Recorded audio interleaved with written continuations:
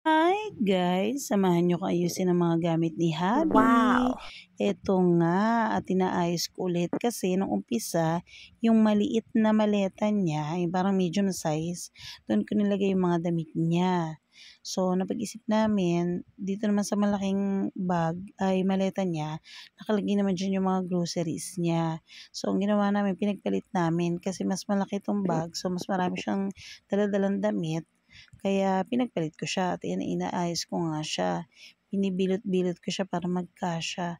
Ang dami din kasing baon na damit ni Habi. Pati yung mga uniform, sinama na din natin dyan, sabon, tsaka yung kanyang mga shoes and slippers. At yan nga, ayos na ang gamit natin.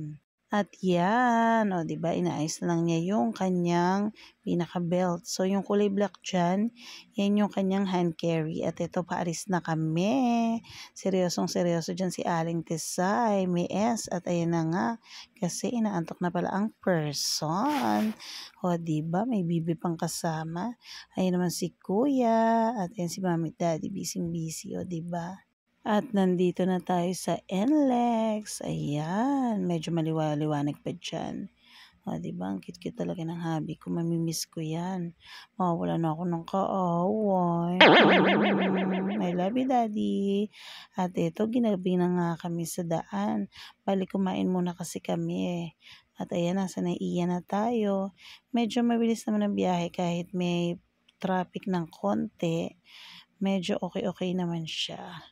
Bale na-traffic kami ng konti sa Skyway niyan eh. At ayan, o, diba? Nandito na tayo, akit na tayo dyan. Dito tayo sa departure. So, ayan si Daddy. Inaayos na niya yung kanyang mga abubot dyan. At ayan. Naku, malapit na bumaba si Hubby. Sad na si Mami and the kiddos. Tulog na tulog pa din dyan si Aling Tisay. Hindi niya naramdaman dyan na umalis na ang daddy niya. So, ito, papunta na kami dyan sa taas. At yan, kumis na ang daddy ko. Bale, ibababa lang namin siya dyan. Tapos, gugura na din kami sa Baler. At yan, bumaba na siya. So, help siya ni Kuya Egay. Tsaka ni Daddy. So, ayan, kukunin niya na yung mga maleta niya dyan. Sobrang daming mga bumibiyahe ngayon.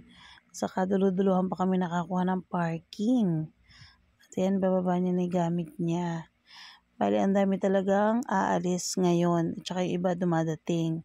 Kaya sobrang traffic. So, ayan, kumuha muna siya ng cart dyan para ilagay yung kanyang mga maleta. So, mas madami siyang maleta ngayon. Kasi alam na din niya yung mga dapat niyang dalhin. Unlike before, na more on pagkain yung dinala niya. Tapos yung mga damit, konti lang. So, nag-bless na siya kay Daddy. At inaalis na nga ang daddy namin. So, uwi na kami. Ingat ka dyan, Daddy. Eto, balik video call na naman tayo. Ayan, bali nakarating na kami sa bahay nila Lolo. Kinuha lang namin yung motorcycle at yan bumibiyahe na kami. Sila ni Aling Tessa yung magka-usap dyan habang nagde-drive si Mami. So, nakakita si Daddy dyan ng kakilala niya at dati niyang kasamahan sa barko. So, ayan, at nag-uusap sila habang kausap si Aling Tisay. Nagmamarites ang daddy. So, pinapasok na daw sila dyan pero waiting pa rin sila. Bali, pinaupo muna sila dyan. At eto, nasa bahay na nga tayo. So, usap-usap muna kami dyan. Chika-chika. O, diba? Ang daming kamarites ng asawa ko. Kamarites na sa video call. May kamarites pa sa katabi. Nakakaloka naman talaga. O, diba? Palong-palo pa din ang buhok ko dyan. Ilang buwan na naman bago ka namin makasama. Ay, nakakalungkot man pero wala tayong magawa kasi para naman to sa future natin. Sobrang mamimiss ka namin ng mga bata. Ingat ka palagi dyan ha. At ito, pasakay na siya ng airplane. So, ayan. Aalis na talaga ang daddy namin. Naka-ready na ang lahat. O si Tatang kasama natin. Joke. At ayan na ang daddy namin. Ingat ka palagi, Daddy. We love you so much. So, napakaswerte naman talaga ng Daddy. Nakita si Alex Gonzaga sa airport. At ayan na nga, makakapagpa-video dyan si Daddy kahit saglit lang. Wow! Ang ganda-ganda daw talaga ni Miss Alex. Thank you, Miss Alex. Thank you for watching, guys. Ingat kayo palagi. God bless you all.